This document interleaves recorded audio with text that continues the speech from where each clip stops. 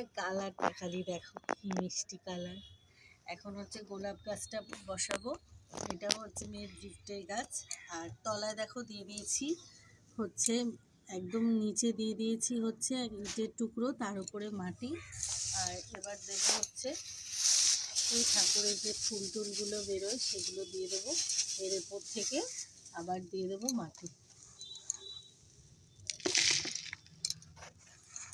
তাহলে মাটিটাও তোমার কম লাগে আর হচ্ছে টব ভারী হয় না।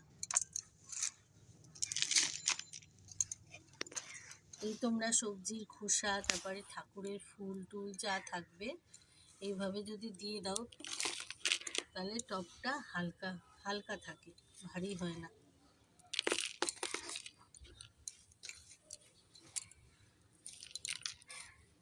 হচ্ছে গাছটা বসিয়ে দেবো।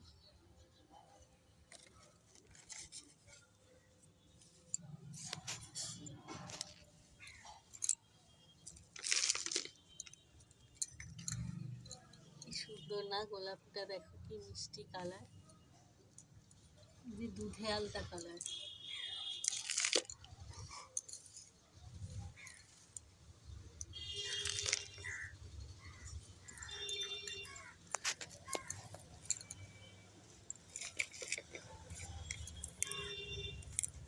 রেডি হয়ে গেছে, আবার জলটা দিয়ে দেবো।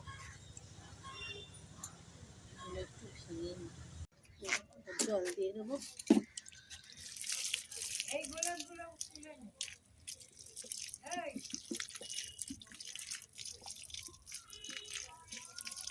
এটা দুদিন ছাওয়ায় থাকবে, তারপরে রোদে দেব। এই যে আর ওই গোলাপ গাছটা দেখলে, আর এই গোলাপ গাছে দেখো কত ফুল। আর এদিকে হলুদ গোলাপ গাছটাতেও অনেক কুড়ি এসেছে, এগুলোও ফুটবে দেখো, প্রত্যেকটা ডালে কুড়ি এসেছে।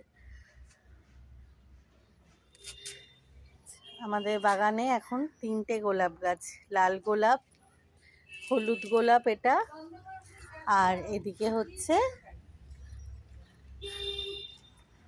দুধে আলতা কালারের গোলাপ।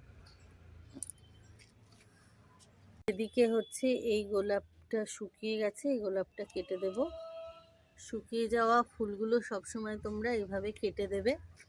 আর এদিকে হচ্ছে তোমার এই তারা ফুলগুলো দেখো, যেগুলো শুকিয়ে গেছে এগুলো একদম নিচ থেকে কেটে দেব।